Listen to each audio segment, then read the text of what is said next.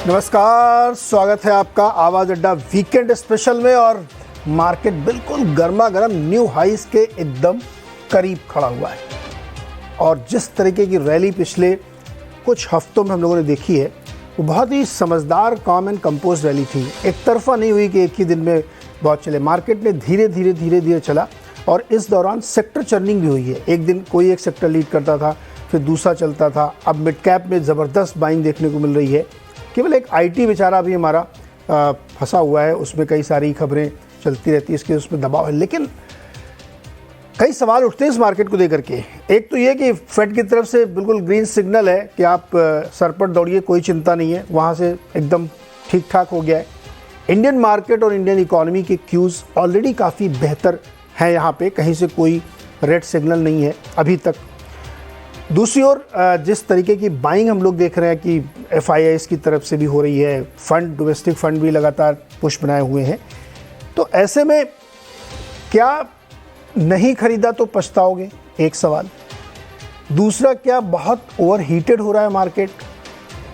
तीसरा कि क्या ये मान लेना चाहिए कि हमारे लिए जो सबसे बड़ा तेज़ी का कारण है, जिसको आगे हम लोग शो के दौरान एक्सप्लेन करेंगे, वो जो सरदर्द बना रहता था क्रूड ऑयल, वो अब एकदम 70-75 की रेंज में आ गया है, जो भारत के लिए कंफर्ट जोन है। क्योंकि हम लोग चाहते भी हैं कि 60 से 70 के बीच में वो कहीं ना कहीं रहे, तो हमारे लिए कंफर्ट जोन है। इसी पे आज हमारी चर्चा टिकी है कि ये न्यू हाई है, क्या इसमें हम अभी भी पार्टी ज्वाइन कर सकते हैं, या मार्केट ओवर हीटेड हो गया, हमको अब थोड़ा रुक जाना चाहिए, या फिर ये एक स्ट्रक्चरल तेज़ी है जो यहाँ से आगे काफ़ी लंबी रैली करेगी, तो इसमें घबराने की बिल्कुल ज़रूरत नहीं है। इसी पर आज हमारी बातचीत होने वाली, क्योंकि टॉप ऑफ द माइंड आपके यही सवाल है, इन्हीं पे हम लोग आज डिस्कस करेंगे। बातचीत करने के लिए हमारे साथ जो मेहमान हैं हमारे, उनमें परिचय कराता हूँ मैं। मिहिर बोरा सन है, डायरेक्टर हैं, CIO हैं मैक्स लाइफ इंश्योरेंस के। पंकज जैन जी हैं SW कैपिटल के डायरेक्टर दिल्ली से। और अनुराग सिंह जी हैं एनसिट कैपिटल के मैनेजिंग पार्टनर अमेरिका से। तो हर बार कुछ ना कुछ ऐसा कांड होता रहता है कि कांड मतलब पॉजिटिव में लीजिएगा, जो अमेरिका से होता है। इस बार बहुत सही कांड हुआ है, जिसने हमें बहुत ग्रीन सिग्नल दिया है। मिहिर सर, क्या ये मान लिया जाए कि अभी जिसे ने पार्टिसिपेट नहीं किया तो पछताएगा मार्केट में? देखिए, मार्केट में पछताना तो हमेशा ही होता है, लेने के बाद भी और बेचने के बाद भी। तो इसमें खुश, परमानेंटली खुश वही रहता है जो लॉन्ग टर्म इन्वेस्टेड रहे मार्केट में और फ्लक्चुएशंस को राइड करके लॉन्ग टर्म में गेन करें। वरना ये Fed tightening, RBI tightening, Fed loosening, RBI loosening, inflation, war वगैरह के सिनारियोस तो कहीं ना कुछ तो होता ही रहता है, ग्लोबली और लोकली।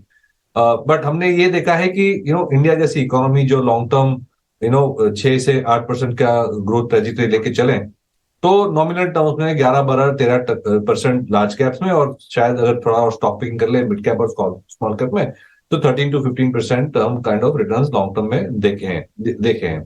तो I think the long investor, the patient investor के लिए कोई प्रॉब्लम नहीं है। And at any point in time हमने देखा है कि जब भी इन्वेस्टर जो एंट्री लेता है, ऑफ कोर्स उसका मायने पड़ता है कि आपने कौन से लेवल पे इन्वेस्ट किया, बट आई थिंक ज्यादा जरूरी है कि आपने कितने टाइम के लिए इन्वेस्ट किया। एंड एज दे से, time in the market is more important then timing the market. Okay, कितनी देर तक आप मार्केट में रुके रहते हैं, जिससे कि आप वो एक खराब दिन और वो एक अच्छा दिन मिस ना करें, वो दोनों आपके रेंज में होने चाहिए। लेकिन मिहिर सर, हमने देखा कि इस रैली में रोटेशन भी हुआ है, काफ़ी अलग अलग सेक्टर्स में तेज़ी बनी। अब वो रैली लार्जली मिड कैप की तरफ आ गई है, जहाँ पे अब मिड कैप में एक बड़ी तेज़ी बनती है। तो इसको कैसे अप्रोच किया जाए, कैसे आप इसको समझते हैं? कई लोग कहते हैं कि जब मिड कैप में रैली शिफ्ट हो जाए तो थोड़ा कान खड़े हो जाने चाहिए आपके। नहीं, देखिए, मिड कैप्स ने अंडर परफॉर्म भी किया था, तो ऐसी बात नहीं है। लेकिन मैं इसको मिड कैप स्मॉल कैप के जरिए क्लासिफाई करने के फेवर में नहीं हूं। मैं एक कहूंगा कि किस तरह के स्टॉक्स मूव कर रहे हैं वो इंपॉर्टेंट है। तो जब last year and early this year जब हम देख रहे थे कि फेड का रवैया काफी टाइट रहा, अभी भी टाइट है, आरबीआई का भी जो रवैया इन्फ्लेशन की वजह से काफी टाइट है, तो इंटरेस्ट रेट्स बढ़ रहे थे। तो ये सिनारियो में हमने देखा कि जो वैल्यू स्टॉक्स थे, वैल्यू काइंड ऑफ स्ट्रेटेजीज थी, वो ज्यादा बेटर परफॉर्म करी। अब हम देख रहे हैं कि जो पीक ऑफ द टाइटनिंग या peak of the hawkishness, peak of interest rate rise, वो शायद हमने पीछे छोड़ दिया है और अब इन्फ्लेशन कंट्रोल में आ रही है और इंटरेस्ट रेट्स हाइक जो होंगे वो इतने शार्प नहीं होंगे आगे बढ़ते हुए। तो मेरे ख्याल से हमने जो लास्ट 3-4 हफ्ते में मूवमेंट देखी है वो growth style coming back to focus in the market globally as well as locally, ये ट्रेंड देखा है। तो और हमने देखा है कि टिपिकली जो छोटी कंपनी होती है, मिड कैप्स होती है, स्मॉल कैप होती है, वो टिपिकली जब इकोनॉमी बेटर करती है तो ज्यादा फास्ट ग्रो करती है। हमने ये भी देखा कि लास्ट ईयर जो कैश बर्निंग कंपनीज थी, न्यू एज कंपनीज थी, जैसे कि know the internet companies, consumer facing जो कंपनीज थी जिनके आईपीओ 21-22 में आए थे, वो काफी अंडर परफॉर्म करी थी क्योंकि ये ग्रोथ स्टॉक्स हैं और 50-60-70% की हमने कटौती देखी थी इनके प्राइसेस में। अब हम देख रहे हैं कि अगेन जैसे ग्रोथ इन्वेस्टिंग वापस आ रही है तो even these new age companies are also performing. तो मेरे ख्याल से मिड कैप स्मॉल कैप की तरह देखने से बावजूद बगैर हम देखें कि growth stocks versus value stocks में क्या चल रहा है। परफेक्ट। एक और सवाल आपसे छोटा सा, उसके बाद मैं वहीं से क्यों लेके अनुराज के पास जाऊंगा। फेड ने किया क्या, मतलब उसने क्या मैसेज देने खुशी, कंफ्यूज किया उसने, कोई प्रेशर था उसके ऊपर, या उसने कहा कि अच्छा अभी छोड़ देते एक बार जुलाई में बढ़ाएंगे। मतलब रोकने के बाद आप जब ये कह रहे हैं कि अभी 2 हाइक और हो सकती है, हमारे 18 आउट ऑफ 18 मेंबर्स ये चाहते थे कि हाइक हमें करनी चाहिए और कट तो भूल ही जाइए आप 2023 में, फिर आप रुक गए, इसका क्या मतलब क्या था इसका? मीर सर आपसे पहले। ओह सॉरी, देखिए इसमें ये हो रहा है कि फेड को ऐसा लग रहा है कि उनका रवैया काफी कड़ा है और वो इन्फ्लेशन और एम्प्लॉयमेंट डेटा अगर देखें, एम्प्लॉयमेंट की स्ट्रेंथ देखें, वो अभी भी यूएस में काफी स्ट्रांग है। तो मेरे ख्याल से फेड के लिए कोई चारा नहीं है कि वो एक जो हॉकिशनेस बनाए रखे, द हार्ड स्टांस बनाए रखे कि उनकी जो क्रेडिबिलिटी है वो स्टेक पे है। लेकिन बीच में जैन फेब मार्च में ये हो गया कि जो रीजनल बैंक्स थी उनमें इतने सारे प्रॉब्लम आ गए कि जो बैलेंस शीट श्रिंकिंग का जो प्रोजेक्ट शुरू किया था क्वांटिटेटिव टाइटनिंग से फेडरल रिजर्व ने, वो उन्हें छोड़ना पड़ा और 2-3 हफ्ते में हमने देखा कि अगेन बहुत सारी लिक्विडिटी उनको देनी पड़ी है रीजनल बैंक्स के प्रॉब्लम को सॉल्व करने के लिए। तो मेरे ख्याल से ये जो एक बीच में फेज था वो उससे लिक्विडिटी वापस थोड़ी ईज हो गई थी। अगेन इन्फ्लेशन का जो कोर इन्फ्लेशन है खास करके वो अभी भी काफी हाई है यूएस में, और हम देख रहे हैं कि एम्प्लॉयमेंट डेटा भी ठीक आ रहा है, जो थोड़े से जो इंडिकेटर से नरम हो रहे हैं, लेकिन ओवरऑल अभी भी यूएस इकोनॉमी काफी स्ट्रांग है। तो मेरे ख्याल से फेड के लिए कोई चारा नहीं है कि नेक्स्ट जो मीटिंग है उसमें एक और हाइक आएगा और शायद उसके बाद भी एक और हाइक आएगा और उसके बाद मेरे ख्याल से यूएस इकोनॉमी स्लो डाउन जब दिखेगी तब वो पॉज करेंगे।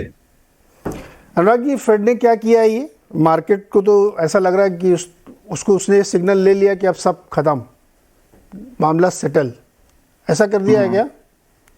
हाँ तो नीरज जी, इसके बारे में मैंने लोगों का व्यू भी लिया और चर्चा की, और कुछ हद तक देखिए 2 कैंप्स तो हैं ही, लेकिन एक चीज जरूर समझ में आई नीरज, अगर हम उसको सोचें तो उनके पास में ऑप्शंस क्या थे नीरज। एक तो ये था कि वो चलते चले जाएं बहुत एग्रेसिवली कि यार आई डोंट केयर और मैं तो रेट बढ़ाता रहूंगा। उससे खतरा ये है, जैसा मीर सर ने अभी बताया कि देखिए बैंक्स में क्राइसिस आ गया तो उनको अल्टीमेटली सपोर्ट देना पड़ा, राइट। चाहे उन्होंने स्टैंड मेंटेन किया कि देखिए ये वाटर टाइट है, बैंक को हम लिक्विडिटी देंगे, लेकिन ये इन्फ्लेशन फाइट अलग से चल रही है, but he realise the back side of it कि अगर ये ज्यादा क्राइसिस ऑन द स्ट्रीट्स आ जाता है तो they might have to stimulate the economy back again, जो कि पूरा अंडू कर देगा जो मेहनत उन्होंने अब तक की है। तो ये इकोनॉमी, अब वो वॉल्कर और रेगन वाला अंडरस्टैंडिंग इस समय नहीं है, और उस समय तो मार्केट 7-8 साल से इन्फ्लेशन से फ्रस्ट्रेट हो गया था, अभी वो सिचुएशन नहीं आई है। तो आई थिंक उनका नजरिया नीरज फिर वही रहा है कि let it put it on a slow burn. ये आई थिंक ये जिक्र हमने पिछले साल भी किया कि वो कुछ इस तरफ बढ़ रहे हैं कि उसको स्लो बर्न पे डाल दें। He doesn't want to be very aggressive, but he knows कि अगर मैं इसको रेट्स को अगर मैं यूटर्न नहीं लूंगा as long as और इकोनॉमी में कोई मेजर क्राइसिस नहीं आता है, तो I think somewhere the employment market will लूजन up और अल्टीमेटली जॉब लेबर मार्केट, जिसको वो हमेशा कहते हैं कि लेबर मार्केट को बैलेंस में आना है with the demand in the market, और वहीं से इन्फ्लेशन कम होगा। तो तकरीबन ये नजरिया है नीरज कि वो बहुत एग्रेसिव ना होके अब वो सोच रहे हैं कि ऑल्टरनेट उसमें हाइक्स करते रहेंगे, but as long as hikes कर रहे हैं तो आई थिंक डायरेक्शन उनकी तो क्लियर है। But I think having said this Neeraj, I think market उसके अगेंस्ट में बेट कर रहा है, और ये कुछ समय से चल ही रहा है। और market is betting on the side कि दो नजरिए हो सकते हैं, या तो बहुत जल्दी कुछ ना कुछ क्राइसिस आ ही जाएगा और उनको स्टिमुलेट करना पड़ जाएगा। So one is that hope from the market, and second is they are hoping कि यार देखिए शायद ये हो ही चुका है, एंड इन्फ्लेशन जो नीचे आ रहा है और अब 4 के हैंडल पे आ गया है, शायद ये 3 पे आ जाएगा, एंड देन फेड उसमें कुछ नहीं करेगा और ग्रेजुअली ये वापस 2 पर आ जाएगा विद इन 2 years। सो ये दो नजरिए हो सकते हैं। बहुत क्लियर आंसर नहीं है Neeraj, but that's how people are thinking. इसको एक बड़े विद्वान ने कहा कि क्या चल रहा है यूएस में, इसको ऐसे समझिए आप कि मार्केट ने फेड को याद दिलाया कि आपका बिहेवियर ना एक फ्रेशर की तरह है। जो फ्रेशर पार्टी में गया उसने 6-7 पैक दना दन लगाया क्योंकि चढ़ नहीं रही थी, तो किसी ने जाकर उसको याद दिलाया भाई थोड़ा लैग से चढ़ती है, अभी आप उल्टे हो जाओगे 1-1.5 घंटे के अंदर। तो फेड को ये बताया गया कि भाई साहब आपने जो बैक टू बैक ये 5% तक कर दिया है ना, इससे इकॉनमी बैठ जाएगी आपकी, इसलिए आप थोड़ा रुक जाइए। तो अब इसमें कौन सही है मुझे नहीं पता। मार्केट सही है कि हाँ अब मैंने इनको बता दिया कि अब रुक जाना सही है, आपके फेवर में है क्योंकि इकॉनमी को ठीक भी करना है, या फेड को ऐसा लगता है कि हमने अपना कोर्स करेक्शन कर लिया, एक गलती मुझसे जो हुई थी वो हमने एक पॉज देके ठीक किया। क्या हुआ इसमें, क्या हुआ है दोनों में? आप किस साइड, मार्केट साइड में या फेड की तरफ है? नहीं, तो नीरज देखिए, इसको कहते हैं ना कि ये फ्रॉम द आउटसाइड बहुत आसान है हमें कहना, but if you be on that chair you know के और तरह के कौन से काउंटर बैलेंसेस उनको देखने हैं। तो देखिए अल्टीमेटली एक डेमोक्रेटिक कंट्री है, तो you can't have non elected people running the show entirely, right. ये लोगों ने वो कोविड टाइम पे भी एक आई थिंक एक अब तो वो लॉबी बहुत स्ट्रांग हो गई है, उन्होंने उठाया कि कैसे ये 3-4 डॉक्टर्स मिलकर के डिसाइड करते हैं कि कब लॉकडाउन होगा और कब चलेगा, right. It's a democratic country, और आई थिंक इस समय मैं श्योर कर सकता हूं कि यूएस में अगर कुछ ऐसा हुआ तो दोबारा ये नहीं होगा। तो ऐसे ही नीरज यहां पर भी वही बात आती है कि you can't have blood on the streets. अगर अनएम्प्लॉयमेंट बहुत ज्यादा बढ़ जाए, क्राइसिस आ जाए, तो उनको कट करना ही पड़ेगा। तो आई थिंक उन्होंने डिसाइड किया है कलेक्टिवली। देखिए 17-18 लोग मिलकर डिसाइड करते हैं और 12 तो डिसीजन मीटिंग में बैठते ही हैं, और उसमें हर तरह के अपॉइंटीज हैं। तो कलेक्टिवली डिसाइड ये किया होगा कि स्लो चलते हैं लेकिन फर्म रहते हैं, राइट। तो slow and firm I think is a better way to describe के, और वो स्लो एंड फर्म में चीजें देखिए धीरे धीरे करेक्ट हो रही है Neeraj. I think I would say कि वो अपना गोल अचीव कर रहे हैं। अब जैसा उन्होंने कहा उनके वर्ड्स में कि कंडीशंस आ गई हैं इकोनॉमी के सॉफ्टवेयर होने की, लेकिन अभी वो प्रोसेस जारी है, तो उसमें 2 साल लगेंगे। प्रोजेक्शंस तो उनके कोई मतलब है नहीं, वो तो खुद ही उन्होंने कह दिया इस बार के देखिए हमारे प्रोजेक्शंस को ज्यादा सीरियसली मत लीजिए, हमें भी नहीं पता है। और वो आप देख सकते हैं 1 साल पहले के प्रोजेक्शन देखिए तो बिल्कुल हेवायर है। कॉन्ट्रडिक्शन भी था ना, उन्होंने अपने ही टारगेट्स को अपग्रेड भी कर लिया, तो इससे और कंफ्यूजन फैला कि वो अपने लिए कोर इन्फ्लेशन का टारगेट ऊपर कर रहे हैं, अपने लिए जीडीपी का टारगेट ऊपर कर रहे हैं, फिर आप कह रहे हैं नहीं बहुत हीटेड इकोनॉमी भी है, मुझे को रेट भी बढ़ाने हैं। तो वो थोड़ा सा इस बार थोड़ा सा कंफ्यूज दिखे मुझे। लेकिन पंकज जी, भारतीय बाजार भी अमेरिकी बाजारों की तरह ही है, यहाँ भी हम एकदम ग्रीन सिग्नल मान के चल रहे हैं और रफ्तार से बढ़े जा रहे हैं।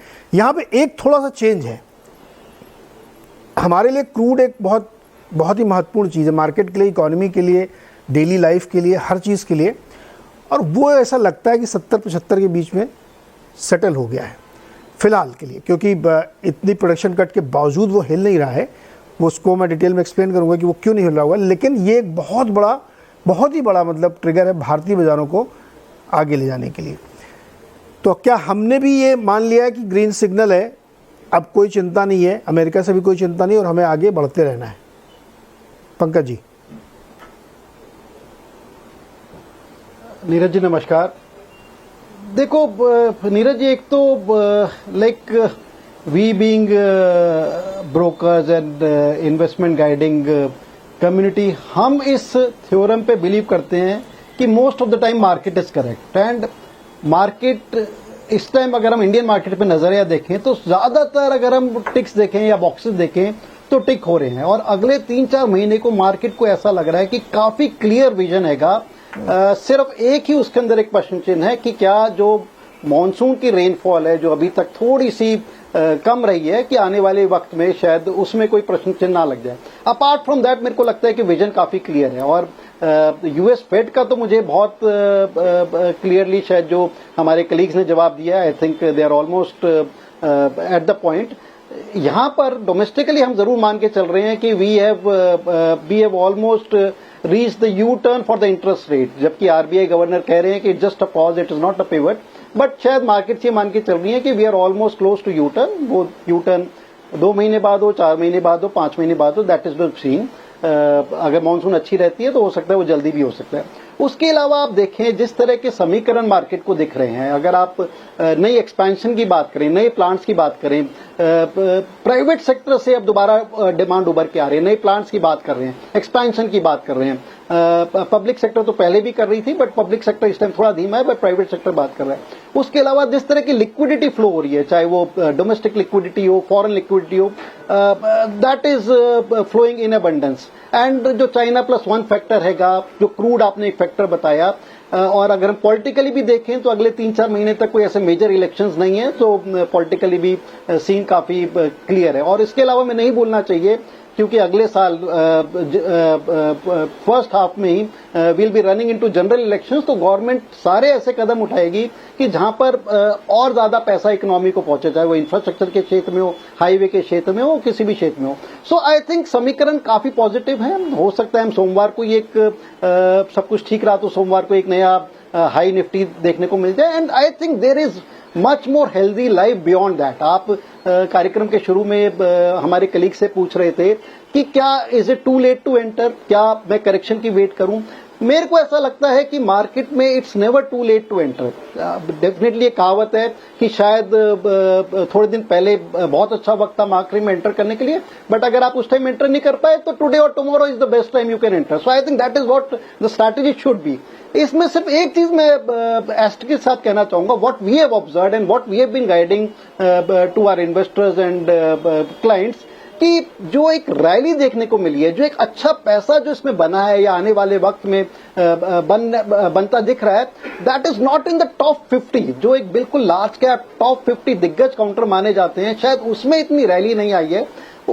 50 टू जो 300 होते हैं, तो आई डोंट से जो मिड कैप या लार्जर मिड कैप है, क्वालिटी मिड कैप्स है with good corporate governance and with sectors which are performing, उसमें बड़ी ट्रिमेंडस रैली देखने को मिली है। इन स्पाइट ऑफ कि हम देख रहे हैं कि टेक्नोलॉजी में people have not made money, but technology में भी अगर नीरज जी आप थोड़ा सा नीचे देखेंगे, गुड मिड कैप्स, टॉप के 10 स्टॉक छोड़ दीजिए, उसके नीचे जो आप बेस्ट 20 मिड कैप्स देखिए, उनमें बड़ी अच्छी रैली देखने को मिली है। So I think the key lies in staying with top quality mid caps, staying with sectors which are performing and staying with the market. And मेरे को लगता है कि ये नहीं कि मार्केट अब बहुत ज्यादा महंगी हो चुकी है, अभी भी मेरे को लगता है यहां से market once we topple this 18,888 on Nifty, जो कि पुराना हाई है, मेरे को लगता है वहां से मार्केट एक अच्छा मोमेंटम देखने को मिल सकता है। Next 500 to 800 points of Nifty with some kind of upheavals could be faster than expected.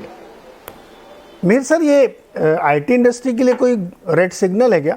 एक खबर आई दिन के दौरान जिसकी वजह से थोड़ा सा मूड लोगों का बिगड़ा, तो कुछ लोगों ने कहा कि अरे अभी ऐसी और भी खबरें आ सकती हैं।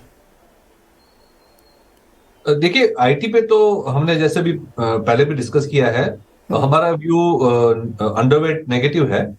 और उसका मेन रीजन ये है कि रिलेटिवली हमें लग रहा है कि जो डोमेस्टिक इकोनॉमी है वो बेटर परफॉर्म करेगी। डोमेस्टिक इकोनॉमी में सेक्टर देखें, सेगमेंट्स देखें, गवर्नमेंट की जो पुश देखें, कंजप्शन भी देखें, तो डोमेस्टिक सेक्टर्स जो है वो एक्सपोर्ट ओरिएंटेड सेक्टर से बेटर परफॉर्म करेंगे, क्योंकि हमारा व्यू यही है कि इंडियन इकोनॉमी ग्लोबल इकोनॉमी से बेटर परफॉर्म करेगी। और दूसरा बड़ा ये कारण है कि आईटी ने जो एक स्टेरॉइड्स पे ग्रोथ देखा था कोविड के टाइम पे, फाइनेंशियल ईयर 22-23 में, वो एक एक्स्ट्राऑर्डिनरी ग्रोथ था, जहां पे आईटी कंपनीज ने यूएस कंपनीज ने बहुत ज्यादा आईटी के ऊपर स्पेंडिंग किया to beef up the online presence, because online shopping हो रही थी कोविड के टाइम पे, एक्सपीरियंस बेटर करना था, ट्रांजैक्शंस बढ़ रहे थे, एंड प्लस वीडियो कॉन्फ्रेंसिंग वगैरह के लिए भी काफी रिसोर्सेज करने पड़े थे। वर्क फ्रॉम होम के लिए भी इंफ्रास्ट्रक्चर बनाना पड़ा था। तो 2 साल काफी टर्बोचार्ज रहे थे आईटी सेक्टर के लिए। अगर हम ट्रेंड ग्रोथ देखें तो वो हाई सिंगल डिजिट, लो डबल डिजिट के लॉन्ग टर्म ग्रोथ जो आईटी ने दिखाया था फ्रॉम FY14 ऑनवर्ड्स, वो मेरे ख्याल से बहुत नॉर्मल ग्रोथ है। रही बात वैल्यूएशंस की, आईटी सेक्टर अभी भी अपने प्री कोविड वैल्यूएशन से काफी ज्यादा वैल्यूएशन पे है। और मुझे लगता है कि जिस तरह से हम एक्सपेक्ट कर रहे हैं कि यूएस इकोनॉमी में रिसेशन शायद ना आए, लेकिन स्लो डाउन तो जरूर आएगा। तो कॉर्पोरेट स्पेंडिंग पे भी हम देख रहे हैं कि कंजर्वेटिवनेस ऑलरेडी दिख रही है। सबसे बड़ा मैं इंडिकेटर देखता हूं आईटी में, एक ही नंबर देखना चाहिए हमें कि कंपनीज हायरिंग क्वार्टरली बेसिस पे कितना कर रही हैं। तो लास्ट 2 क्वार्टर से हम देख रहे हैं कि कंपनीज हायरिंग बहुत ज्यादा नहीं कर रही हैं। उसका मतलब यह है कि उन्हें विजिबिलिटी नेक्स्ट 2-3 क्वार्टर के ग्रोथ की नहीं है। और जब कंपनीज खुद ही अपनी कैपेसिटी नहीं बढ़ा रही है तो एक क्लियर इंडिकेशन है कि सेक्टर 2 साल जैसा ग्रो किया उससे ज्यादा ग्रो नहीं करेगा, इनफैक्ट ग्रोथ में स्लो डाउन आएगा। ऑन द अदर हैंड हमारी जो डोमेस्टिक रिकवरी है वो अच्छी चल रही है, कंजम्पशन होपफुली अच्छा हो जाएगा मानसून के आफ्टर में। तो मेरे ख्याल से आईटी अभी भी अंडर परफॉर्म करता रहेगा। ये न्यूज, स्पेसिफिक न्यूज तो ठीक है, बट इन जनरल मुझे लग रहा है कि कॉर्पोरेट अमेरिका में स्पेंडिंग धीरे धीरे करके कम होगी आईटी के लिए, जो कि एक स्लो डाउन तो आएगा ही आएगा। अच्छा, आपने जो बात की ना आईटी वाली, इसमें मैंने टीम लीज से बात की थी अभी 2-3 दिन पहले ही, तो वो एग्जैक्टली यही कह रही थी कि लास्ट 2 क्वार्टर से तो बिल्कुल फ्रीज था। अभी भी 2 क्वार्टर उनको नहीं लगता है कि मिड लेवल पे कोई भी भर्ती आईटी कंपनीज करने वाली हैं, इंडियन आईटी कंपनीज। केवल वो जो स्कूल में जाके, कॉलेजेस में जाके फ्रेशर्स लेते हैं वो सिर्फ लेंगे, बाकी मिड लेवल पे कोई भर्ती नहीं हो रही है। तो ये एकदम आप सही, आपका अनुमान है कि अगर HR नहीं ले रहे हैं, वहाँ पे लोग नहीं भर्ती हो रहे हैं, तो फिर इसका मतलब है कि आईटी कंपनी में भी दिक्कत है। अनुराग, लेकिन आपके यहाँ कहानी दूसरी चल रही है।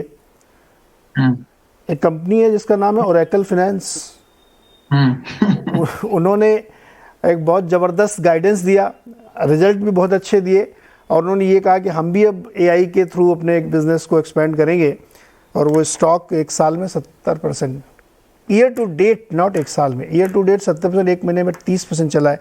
और उसका जो इंडियन आर्म है, जिसका अभी उससे कोई लेना देना नहीं, उसमें भी ज़बरदस्त तेज़ी आ गई है। तो आपके आईटी की दूसरी कहानी चल रही है क्या?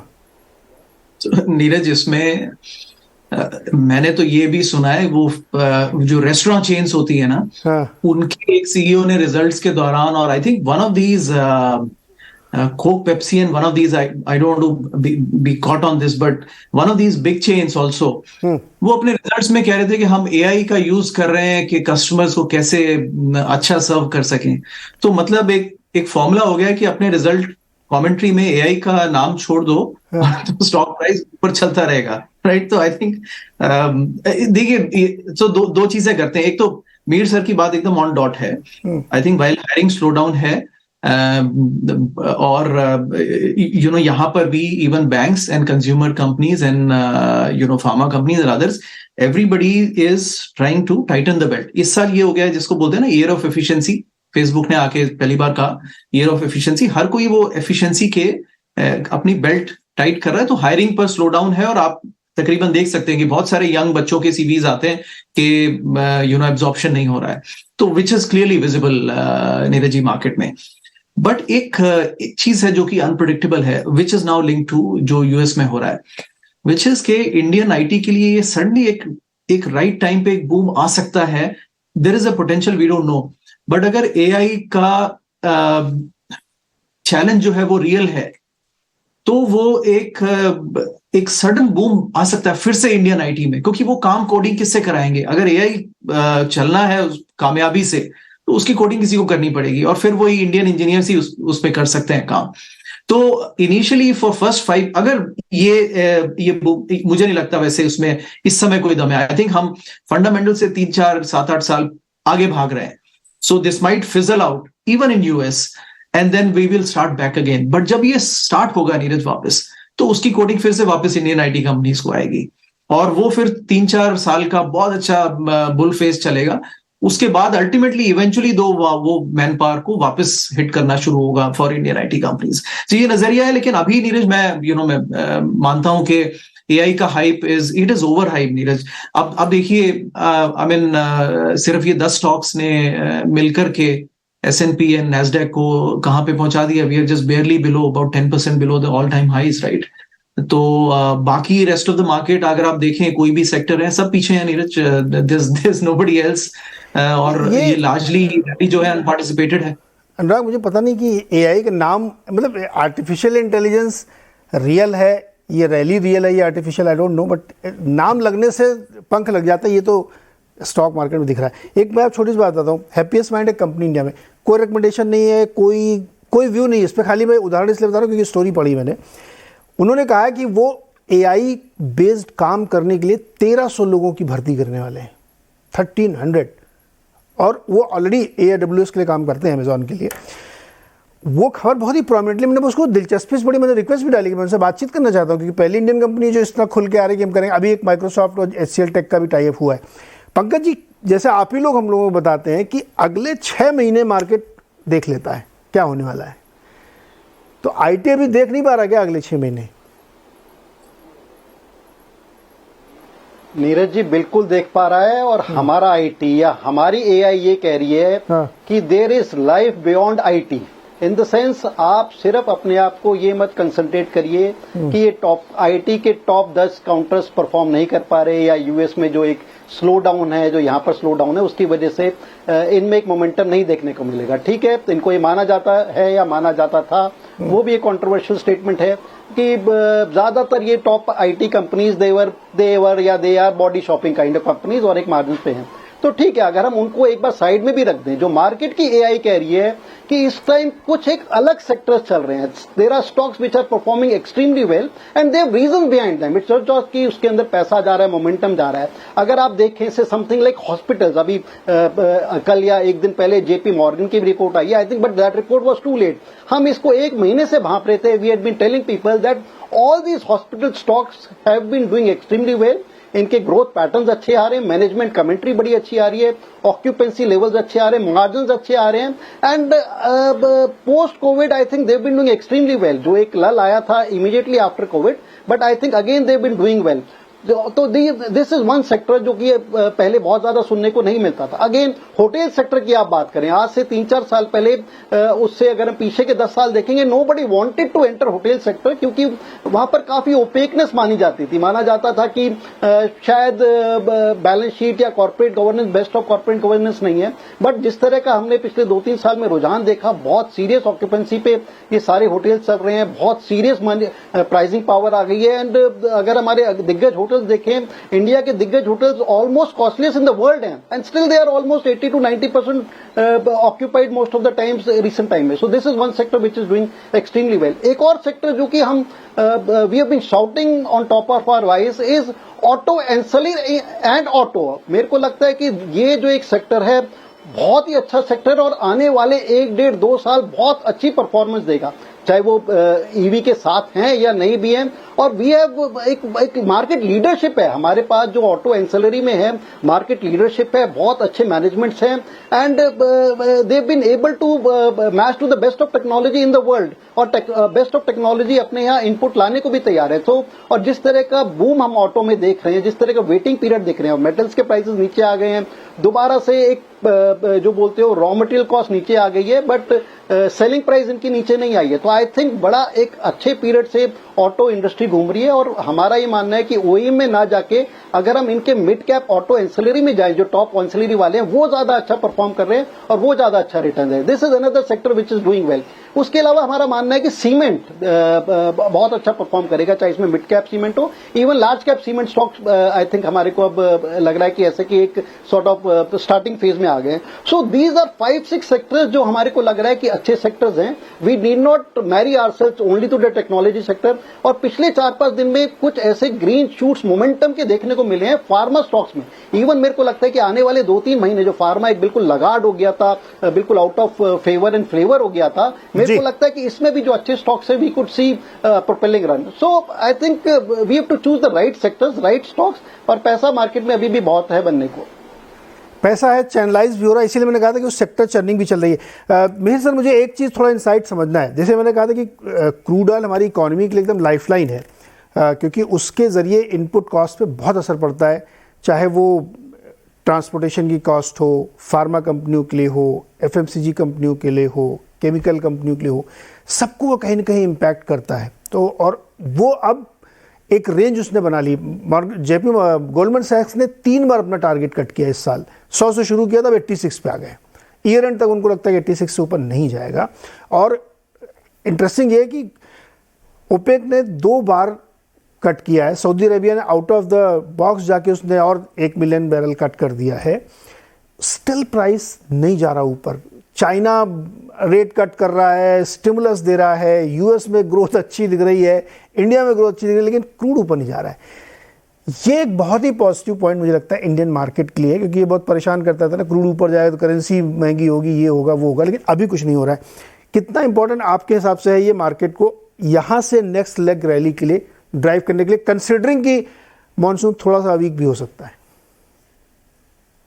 नीरज जी, 5-10 सेकंड के लिए आपका आवाज कट गया था, लेकिन मैं जहां तक समझ रहा हूं, आप एक तो ऑयल प्राइसेस की बात कर रहे थे। जी जी। और सेकंड पॉइंट कौन सा था आपका? सेकंड ये था कि कितना इंपॉर्टेंट है, क्योंकि इसके through he next leg of rally आएगी, कंसिडरिंग कि मॉनसून थोड़ा वीक भी हो सकता है। तो देखिए, ऑयल प्राइसेस नीचे जाना on a stand alone basis तो इंडिया के लिए बहुत ही बेनिफिशियल है, बहुत ही फायदे कारक है, क्योंकि जैसे आपने कहा उसमें हमारी trade deficit, fiscal deficit, currency, inflation, interest rate, सब में अच्छा बेनिफिट मिलता है हमें, और क्योंकि ये हमारी सबसे बड़ी इंपोर्ट आइटम है। Only thing is flip side ये है कि हमने टिपिकली ये देखा है कि ऑयल प्राइसेस तब नीचे जाते हैं जब एक ग्लोबल स्लोडाउन का माहौल बनता है। और अभी हम at this point in time देखें तो सबसे ज्यादा जो डेल्टा है, सबसे ज्यादा चेंज है वो चाइना का है। ईयर 2023 जब शुरू हुआ था तो चाइना ने सडनली अपना जो कोविड का लॉकडाउन था सडनली ओपन अप कर दिया और इकोनॉमी को 1-2 वीक में कंप्लीटली ओपन अप किया, जो एक्सपेक्टेशन से बहुत ज्यादा पहले ओपन अप कर लिया था।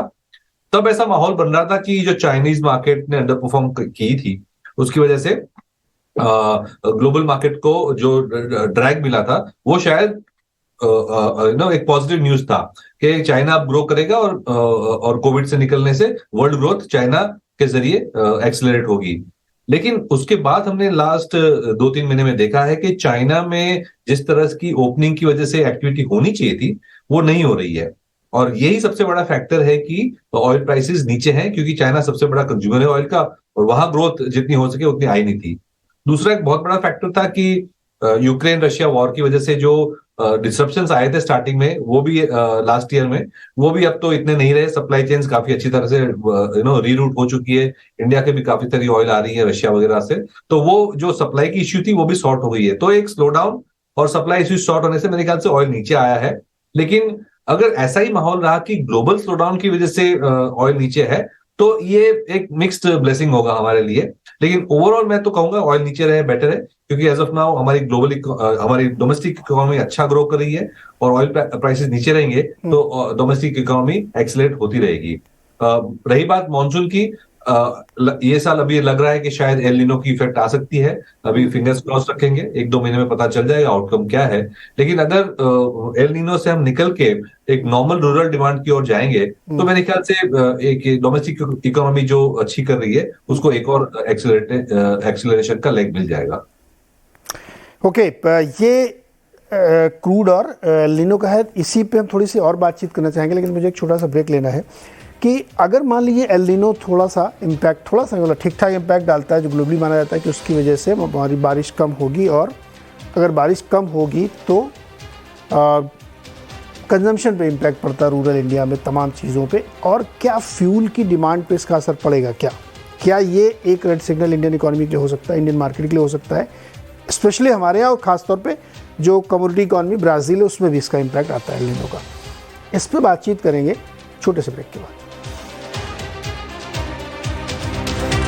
आपका और हम चर्चा कर रहे हैं आज, मार्केट न्यू हाई पे खड़ा हुआ है, इंडिया का भी और यूएस के में भी वही स्थिति है, ग्लोबली है। एक चार्ट हमने देखा था जो 2 कंपैरिजन करता था डेटा का, एक 1966-67 का और एक 22-23 का।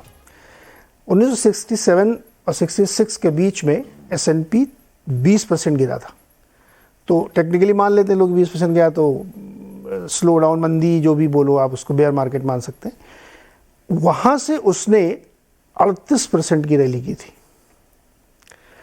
उस चार्ट को जब हम डॉट प्लॉट करते हैं आज की तारीख में तो एग्जैक्टली वैसा ही चल रहा है कि अक्टूबर 2022 से आज तक S&P 20% गिरा था, उसके बाद वहाँ से उसने रिकवरी 20% क्या, अब तो मेरे ख्याल 23-24% की रिकवरी हो चुकी है, और अभी भी वो 38% जाएगा तो S&P 500 जो US का है वो 5000 तक जा सकता है। इस तरीके की रिकवरी ग्लोबल मार्केट में सब जगह चल रही है। लेकिन क्या इसमें एक विलन हमारे लिए, इंडियन मार्केट स्पेसिफिकली बात करूं तो मॉनसून हो सकता है क्या, एल नीनो हो सकता है क्या? पंकज जी, आपका क्या राय है, आपकी क्या व्यू है? देखो नीरज जी, डेफिनेटली जिस तरह की वैल्यूएशन इस टाइम हमारी मार्केट्स की हैं, कुछ एक पॉकेट्स में थोड़ी स्ट्रेस जरूर लगती हैं। अब उसका one should be cautious, but इतना कॉशियस भी ना हो कि वो साइड लाइन्स में बैठ जाए, मार्केट में पार्टिसिपेट ना करे, या लगे कि मैं कहीं एक अच्छी करेक्शन आएगी उसके बाद मार्केट में अपना नया पैसा लगाऊंगा। आई think that should not happen. I think इतना मार्केट में तो रिस्क थोड़ा बहुत मेरे को लगता है कि लेना पड़ेगा। आई थिंक जो बाकी समीकरण है जो कि हमारे सामने है, विच वी कैन ट्रांसपेरेंटली सी, वो काफी पॉजिटिव है। और एक जो मॉनसून को लेके जो एक समीकरण है, ठीक है, अभी तक शायद बिल्कुल उत्तेजनाजनक नहीं हैगा, बट इसमें एक फैक्टर मैं ऐड करूंगा कि अगर जो मॉनसून का डेफिसिट 5 से 10% रहता है या छोटा डेफिसिट रहता है, तो आई थिंक उसके लिए कंट्री प्रिपेयर्ड है। जो हमारे पिछले 10-20 साल में इरिगेशन सिस्टम्स वगैरह बन गए हैं, वो आई थिंक उसके लिए कंट्री प्रिपेयर्ड है। उससे ज्यादा अगर डेफिशिएंसी रहती है तो डेफिनेटली जो एक रूरल इकोनॉमी है, रूरल ग्रोथ है, रूरल कंजम्पशन है, उससे रिलेटेड जो सेक्टर्स हैं उन पे इफेक्ट देखने को मिल सकता है। But I would still play a optimistic and positive mind game as of now. I would still be in a camp of कि जो अच्छे सेक्टर्स या अच्छे स्टॉक्स जो पैरामीटर्स में आइडेंटिफाई किए गए हैं, उनके साथ पार्टिसिपेट करना चाहिए। And one should be very watchful and careful about what is happening on the monsoon scenario. एक जो बहुत आउटसाइड सिनेरियो है जो कि अभी मेरे को नहीं लगता कि थमाव में है, बट एक यूक्रेन वॉर पे भी हमारे को एक नजर रखनी चाहिए। अपार्ट फ्रॉम दीज टू, मेरे को लगता है कि अगले 2-4 महीने मेरे को नहीं लगता ऐसा कोई बहुत ज्यादा नेगेटिव सिनेरियो मार्केट के लिए आ सकता है। अनुराग जी, आपके लिए क्या रेड सिग्नल है? अच्छा, ये जो आपने जियो पॉलिटिकल बात की है, इसमें एक और जोड़ देता हूँ। ताइवान और चाइना के बीच जो तनातनी चल रही है उसको लेकर के यूएस काफ़ी कंसर्न है, लेकिन आपके हिसाब से क्या ज़्यादा प्रॉब्लमेटिक हो सकता है, क्योंकि मार्केट हीटेड तो है थोड़ा सा? नीरज, 2 बातें कहता हूँ। हाँ। एक तो एक देखिए, अभी चाइना का मूव हुआ ना, बहुत मुझे बड़ा पसंद आया, क्योंकि उन्होंने कुछ मार्केट से हटके कॉल लिया। वर्ल्ड एक तरफ जा रहा है, लेकिन चाइना ने बोला मेरी इकोनॉमी स्लो डाउन कर रही है, मुझे तो स्टिमुलस देना है, तो मैं रेट कट करूंगा। आई थिंक इंडिया के लिए भी अब टाइम आ गया है कि वो वर्ल्ड कंसेंसस को फॉलो ना करके थोड़ा डिफरेंटली बिहेव करें, क्योंकि एक तो हमारी नीड्स अलग हैं, जरूरतें अलग हैं, और हर चीज में हम directly can't copy the western model. तो मुझे बड़ा पसंद आएगा, और आरबीआई ने पहले भी सिग्नल दिए। देखिए, मार्केट्स तो already, I can't say decouple, but independent जरूर हो गए कि इतना स्ट्रॉन्ग डोमेस्टिक फ्लोज हैं that everybody has realized to their peril कि मार्केट से निकल तो जाएंगे, लेकिन आप फिर वापस एंट्री मिल नहीं पाएगी और वो महंगे हो जाएंगे markets, right? So I think on the physical side, monetary side also, India अगर इंडिपेंडेंटली पॉलिसी ले तो बेहतर होगा, और आई थिंक लोगों को पसंद आया, आई थिंक करना भी चाहिए। तो I think just look at what the domestic economy needs. On this Neeraj, मुझे ये कंसेंसस बड़ा पसंद आता है, और मैं हमेशा कहता हूं कि आप अपने इन्वेस्टिंग स्टाइल को रखिए, because if you jump between 2 boats on different styles, वहां पर फिर ज्यादा नुकसान होता है। नीरज, मेरा डिस्कंफर्ट तब तक था जब एंटायर मार्केट वाज सेइंग कि recession will come in 2022 second half, then 2023 first half. अभी बात हो रही थी अभी 23 सेकंड हाफ में आएगा, कुछ लोग कह रहे हैं 2024 में आ जाएगा। ऐसा कंसेंसस मेरे को बड़ा अपसेट करता है, because then I can't play, because it's a consensus. अब मैं बड़ा कंफर्टेबल हूं नीरज, बिकॉज अब मार्केट चल पड़ा है कि नहीं, अब शायद रिसेशन नहीं आएगा, सॉफ्ट लैंडिंग हो जाएगी। I like it. And then in this case, इनकी गोल्डमैन सैक्स का फोरकास्ट लें तो ये 150 तक चले गए थे, और अब ये 87 तक आ गए। And general consensus is that oil नहीं ऊपर जाएगा। For investor like me, I like this consensus, right? Because market फिर उसी समय आपको सरप्राइज कर सकता है, राइट? तो I think Neeraj, this decade is going to be a war for oil. मैं किताब पढ़ रहा हूं, और it's called the new map, and Daniel Yergin हैं, बड़े फेमस राइटर हैं। आई थिंक उन्होंने इसी पर, एनर्जी वॉर्स पर 3 किताबें लिखी हैं। तो अभी मैंने आधी पढ़ी है, तो कहीं मैंने गलत कंक्लूजन ना निकाल लिया होता। आई डोंट वांट टू से टू मच, बट मुझे लगता है कि ये डिकेड एनर्जी वॉर्स का रहेगा नीरज, और इतना आसान नहीं है इसको सेटल करना। ना अगल बगल में रखे तो किताब दिखाई ना उसका कवर। हाँ, ये है नीरज। हाँ, ये देखिए, the new map. The new map. हाँ, सो नीरज अभी आधी है, तो मैं कंक्लूजन गलत अच्छा, मैं इसमें काउंटर देता हूँ आपको, इसमें काउंटर देता हूँ आपको। आपने कहा कि कंसेंसस आपको बहुत अच्छा लगता है कि क्रूड में सब लोग मान रहे हैं, गोल्डमैन भी मान रहा है, मॉर्गन स्टैनली वो 80 से 87 से ऊपर नहीं आया। मैं आपको इसका काउंटर देता हूँ। अगर सऊदी अरेबिया कट कर रहा है, रशिया कट कर रहा है, छोटे छोटे देश उसको फॉलो करते, जो ओपेक प्लस फैसले लेता है, उसके बावजूद अगर प्राइस ऊपर नहीं जा रहा है, क्या रीज़न हो सकता है? एक रीज़न ये हो सकता है कि किसी ने उसका फिजिकल वेरिफिकेशन तो किया नहीं कि सऊदी अरब ने काटा कि नहीं काटा। किसी ने वेनेजुएला जाके देखा तो नहीं कि उसने कितनी सप्लाई बढ़ा दी, और किसी ने यह भी जाके नहीं देखा कि यूएस ने कितनी सप्लाई बढ़ाई है। इनविजिबल सप्लाई बहुत भयानक आ रही है, ये मैं आपको कह रहा हूँ। तेल का ऐलान हो रहा है कट का, कि प्रोडक्शन कट करेंगे, ये करेंगे, बट एक्चुअली शायद नहीं हो रहा है। अदरवाइज ये हो ही नहीं सकता कि आप 25 लाख बैरल तेल कट कर दें और प्राइस वहीं पे खड़ा रहे, इम्पॉसिबल है। इसलिए मुझे बहुत सीरियस डाउट है कि प्रोडक्शन कट की बातें सिर्फ हो रही हैं, ऐलान हो रहे हैं, लेकिन एक्चुअली हो नहीं रहा है। इराक की सप्लाई बढ़ा रहा होगा, रशिया ने तो बल्कि कई खबरें भी आई कि उसने प्री कैप लेवल की सप्लाई बढ़ा रखी है। और इसलिए मुझे लगता है कि ये जो क्रूड पे जो लोग टारगेट नीचे कर रहे हैं ना बार बार, वो इसीलिए कर रहे हैं क्योंकि सप्लाई बढ़ी हुई है। हाँ, आपकी बात से मैं यहाँ पे सहमत हो सकता हूँ कि 3 महीने बाद जब ये रियलाइज़ होगा कि अब सस्टेन करना मुश्किल है सप्लाई, तब शायद वो झटका आएगा। लेकिन अभी मेरे को लगता है कि सप्लाई पे बहुत बड़ी एक केमिकल लोचा हो रहा है। ये सप्लाई का नंबर कोई जाके वेरीफाई करे कि बॉस आपने बोला था लेकिन कट किया क्या, नहीं किया। I doubt, seriously doubt. मेरे पास कोई प्रूफ नहीं है, लेकिन मेरे को डाउट लगता है इस पे। अनुराग नहीं, और इसको हम एकदम शॉर्ट, नीरज, अगर 6 महीने का देखेंगे तो फिर तो देखिए फोरकास्ट करना बड़ा मुश्किल है। बट अगर 3 साल का व्यू ले तो फिर एक व्यू बन सकता है। तो आई am very bullish for this entire decade for energy, क्योंकि ऑयल थोड़ा लोग जल्दबाजी कर रहे हैं कि पीक ऑयल हो चुका है। Peak oil in sense global peak consumption of oil, right. तो वो एक आएगा एक पॉइंट पे, but I think may be not in this decade, but let's see. अच्छा, एक चीज आपने कहा कि भारत को थोड़ा सा आउट ऑफ द बॉक्स सोचना चाहिए, तो मॉनेटरी साइड में क्या आप रेट कट की तरफदारी कर रहे हैं? बिल्कुल बिल्कुल। नीरज, मुझसे पूछा आपने? हाँ, आप ही से। हाँ, बिल्कुल नीरज, बिल्कुल। बिकॉज देखिए, ये कन्वेंशनल इकोनॉमिक्स को डिफाई करना जरूरी है। अब देखिए, चाइना हमेशा डिफाई कर रहा है, राइट। 300% डेट टू जीडीपी पे बैठा है। और इवन यहाँ पर भी इकोनॉमिस्ट ने जब जरूरत पड़ी तो स्टिमुलस बहुत जरूरत से ज्यादा दिया ही। तो I think India should I think experiment on the side lines. I understand अभी 2024 से पहले बहुत बड़ा खतरा लेना मुश्किल है, but I think it is time now that the government experiments a little bit, थोड़ा बहुत ऑन द मार्जिन्स के। यार देखिए, इट्स नॉट नेसेसरी कि हम पूरा वेस्ट का प्लेबुक कॉपी करें, बिकॉज एग्जैक्टली उस तरह से प्ले आउट नहीं होता है। और कई बार हम अपनी इकोनॉमी को हर्ट करते हैं by just copying the west. Mir sir, आप एग्री करेंगे कि आरबीआई को रेट कट करना चाहिए इस समय? कट तो मेरे ख्याल से एक प्रीमेच्योर बात होगी, क्योंकि हमारा प्रॉब्लम यह है कि जैसे ही हम ग्रो करना शुरू करते हैं, हमारी ट्रेड डेफिसिट काफी बढ़ जाती है। लास्ट आपने देखा $22 बिलियन का अगेन हमारा ट्रेड डेफिसिट आ गया मंथली बेसिस पे। वो सस्टेनेबल नहीं है। तो मेरे ख्याल से एक कैलिब्रेटेड ग्रोथ ही हमें करना चाहिए। ट्रेड डेफिसिट के बहुत सारे कंपोनेंट्स हैं। कंजम्पशन एक बड़ा कंपोनेंट है, ऑयल एक बड़ा कंपोनेंट है, गोल्ड वगैरह है। लेकिन नेट हम देखें तो हमारे जो एक्सपोर्ट्स हैं वो अभी स्लो डाउन हो रहे हैं, इंपोर्ट स्लो डाउन नहीं हो रहे हैं, बिकॉज डोमेस्टिक इकोनॉमी अच्छा कर रही है। तो ऐसे सिचुएशन में एक रनअवे ग्रोथ वाली सिचुएशन हमें नहीं कर। ओके, थोड़ा सा दिक्कत आ गई शायद नेटवर्क में, लेकिन दोबारा जाएंगे जब जैसे ठीक हो जाएगा। पंकज जी, आप सहमत हैं? मैं इसमें एक काउंटर मेरा ये है कि अगर ग्रोथ आ रही है बढ़े हुए ब्याज दरों पे, तो आरबीआई काम और आसान हो जाता है। मीर जी की आ गया और वीडियो वापस। मीर जी कंटिन्यू करें प्लीज।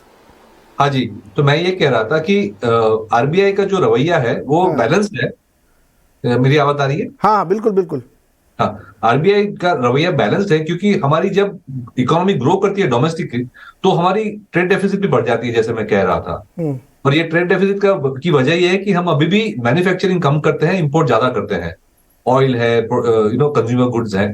तो मेरे ख्याल से आरबीआई कंट्रोल कर रही है कि ग्रोथ और इन्फ्लेशन की जो बैलेंस है, बहुत ज्यादा ग्रोथ भी होगी तो अगेन ट्रेड डेफिसिट बढ़ जाएगी, करेंसी वगैरह की इश्यू हो जाएगी।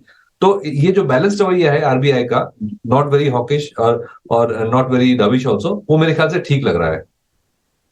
ओके, एक सवाल इस पे और उसके बाद में फिर मेहर जी से एक सेक्टर भी पूछूंगा मैं, कि बहुत सारे सेक्टर्स तो डिस्कशन हो चुके, कहाँ पे उनकी स्टडी चल रही।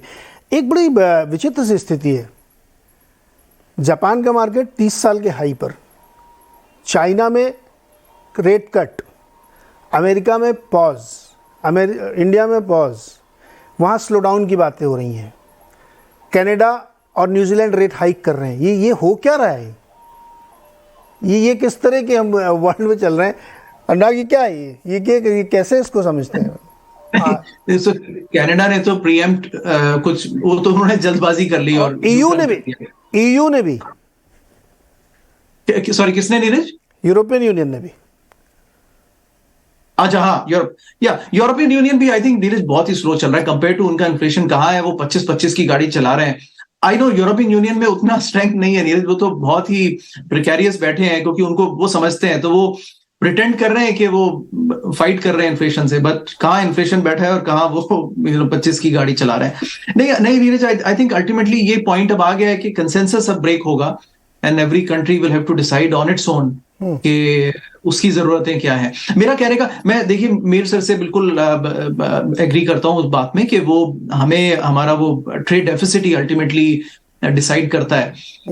पर वहां पर एक जो पॉलिटिकल लेंस भी आ जाता है ना, कि करेंसी थोड़ा डिप्रिशिएट भी होती है, उससे ट्रेड डेफिसिट भी बढ़ता है। But I think government wants to time it कि जब आईटी एक्सपोर्ट्स बढ़े तो उस समय उनके पास रूम ज्यादा रहेगा ये एक्सपेरिमेंटेशन करने का। इस समय शायद एग्जैक्टली नहीं है, बट मेरा कहने का मतलब था कि एटलीस्ट कॉपी करके एग्जैक्टली रेट्स को कैलिब्रेट ना करे वेस्ट के साथ में। Of course they will have to see के नियर टर्म में जरूरतें क्या हैं, and energy needs of course उसमें बिग टाइम डिक्टेट करेंगी Neeraj, how we are, because we are not ultimately Neeraj. एक चीज हमारे हिंदुस्तान में हमेशा रहेगी, we are not energy independent. अभी वो हमें इंपोर्ट करना पड़ता है, that becomes our biggest obstacle Neeraj, हर पॉलिसी।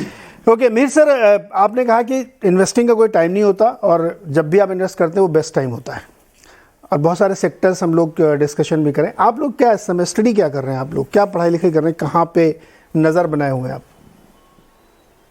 मुझे पूछ रहे हैं? जी मीर सर, आपसे। तो एक तो वेरी क्लियरली, जैसे हमने स्टार्टिंग में डिस्कस किया, कि preference is for domestic economy, domestic sectors compare to global sectors. तो उसमें जो एक्सपोर्टिंग सेक्टर्स हैं, जैसे कि आईटी है, फार्मा है, वहां पे हम अंडरवेट हैं। और डोमेस्टिक सेक्टर्स हैं जैसे है banking, consumption, even to some extent automobile etcetera, वहां पे हम पॉजिटिव हैं। Manufacturing is again domestic theme, जहां पे हम लोकल मैन्युफैक्चरिंग की बात कर रहे हैं, पीएलआई स्कीम्स के रोल आउट की बात कर रहे हैं। और रेलवेज में गवर्नमेंट की जो कैपेक्स हो रही है बहुत बढ़िया तरीके से हो रही है। डिफेंस की जो मैन्युफैक्चरिंग है वो भी अगेन एक डोमेस्टिक मैन्युफैक्चरिंग की थीम है। तो सब जगह देखें तो डोमेस्टिक सेक्टर्स, डोमेस्टिक मैन्युफैक्चरिंग में पॉजिटिव है हम, और उसी तरह से हम पोर्टफोलियो को पोजीशन कर रहे हैं, जैसे कि construction, capital goods companies, defence companies, some of the chemical exporters etcetera, वहां पे हम ज्यादा फोकस कर रहे हैं। ओके पंकज जी, आपको डिफेंस अच्छा लगता है कि आजकल तो बहुत हॉट है? देखिए ड्रोन की डील भी हुई है $2-3 बिलियन की, अब बातचीत चल रही कि वो जी वाले इंजन भी लिए जाएंगे। अच्छा लगता है आपको क्या है? पॉजिटिव व्यू है हमारा Neeraj ji. I think defence, ancillary to defence and railways, I think ये भी अगर हम इसको एक सबसेट बना दें, सब सेक्टर बना दें, मैं स्क्रिप्ट के नाम नहीं लूंगा, but I think this is one sector which is doing exceedingly well, और मेरे को लगता है कि आने वाले वक्त में भी अभी और परफॉर्म कर सकता है। और just to repeat myself, जैसा मैंने कहा कि ऑटो और ऑटो एंसिलरी, आई थिंक ये एक ऐसा सेक्टर है, मेरे को लगता है कि in spite of smallish upheavals अगर कुछ देखने को भी मिलते हैं, ये sector medium to long term में अच्छा परफॉर्म करेगा। तो ये दो एक सेक्टर हैं जो हमारे को लगता है कि काफी अच्छा परफॉर्म करने चाहिए। और जहां तक एक टिप्पणी करना चाहूंगा नीरज जी, जैसे आप अभी एनर्जी की बात कर रहे थे, I think not to forget, एक जो हमारे को एक हिडन बेनिफिट जो पिछले 1-1.5 साल में या पिछले 2 साल में मिला because of good relation with Russia, जो हमारे को वहां से जो एनर्जी नीड्स हमारी रीजनेबल रेट पे मीट हुई, I think that was another added factor जो हमारी इकोनॉमी काफी रेजिलियंट रही। और वही एक नेगेटिव फैक्टर था। I was reading a article some time back कि Europe for long time had been riding on cheap energy and gas from Russia, और जो कि अब बंद हो गई है, and that was the genesis of their problem. So तो जो एक यूरोप में और हमारे में जो डिफरेंस है, आई थिंक वो भी एक हिडन डिफरेंस है जिसकी वजह से शायद हम थोड़े ज्यादा रेजिलिएंट रहे, and countries like say maybe Canada and Europe had been facing problem. Okay Anurag, आपको कुछ सस्ता लगता है इंडिया में? हाँ, इंडिया में Neeraj technology IT companies, Neeraj देखिए इंडिया में कॉन्ट्रा कॉल है क्या आपकी? नहीं, हाँ मैं इसलिए कह रहा हूँ, देखिए इंडिया में स्टॉक सस्ते कभी भी नहीं होंगे। हाँ। 2 टाइप के स्टॉक्स होते हैं, या महंगे हैं या बहुत महंगे हैं। हाँ। तो अब बहुत महंगे तो नहीं खरीद सकते हम सिर्फ महंगे वाले खरीद सकते हैं। आई वुड नॉट से ये मल्टीपल्स, मीर सर ने बताया, देखिए प्री पैंडेमिक मल्टीपल्स इनके 15-16 पे चल रहे थे, दे वर स्टेबल, अभी उससे ज्यादा है, बट कंसिडरिंग दी, और देखिए फिर एक परचेजिंग भी आपको एवरेज करनी होती है, तो बट आई थिंक ये कॉन्ट्रा सिग्नल है नीरज, क्योंकि मैं बैंक्स को 4 टाइम बुक पे खरीदूं कई बार, I don't know, my mind says कि यार नहीं, ये कोई सेंस नहीं है, तो then I hold into areas जहां पर जो कॉन्ट्रा ट्रेड बनता है Neeraj, and then if the timeline is 3 years Neeraj, then it gives me 2x 2-3x।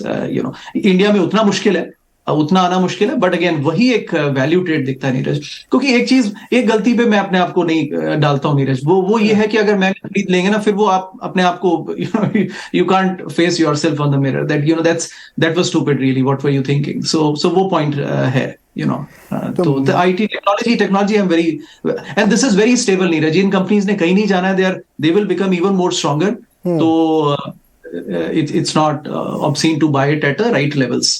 तो महंगा और बहुत महंगा के बीच में अनुराग चूज करते हैं कि महंगा ले लो, बहुत महंगा तो नहीं लेना। अनुराग एकदम अमेरिकन हो गए, हार्डेस्ट बार्गेनिंग करनी है मेरे को एकदम, मतलब है ना, एक वो तो इंडियन स्टाइल है, बार्गेनिंग का तो स्टाइल इंडियन है। नहीं सर, बड़ी डीलों में वो लोग भी बहुत गजब बार्गेन करते हैं, तो आप वहाँ जाके ना, आपने तो कॉम्बो बना दिया है ना, इंडिया और वहाँ तक इतनी बार्गेन करना है कि एकदम चीप लेना है, जिससे कि एक्चुअली वैल्यू, तो ये एक्चुअली इन्वेस्टर के लिए बहुत ज़रूरी भी है कि आप राइट प्राइस पे अगर खरीदेंगे ना, तो आपको डेफिनेटली डाउनसाइड कैप हो जाता है।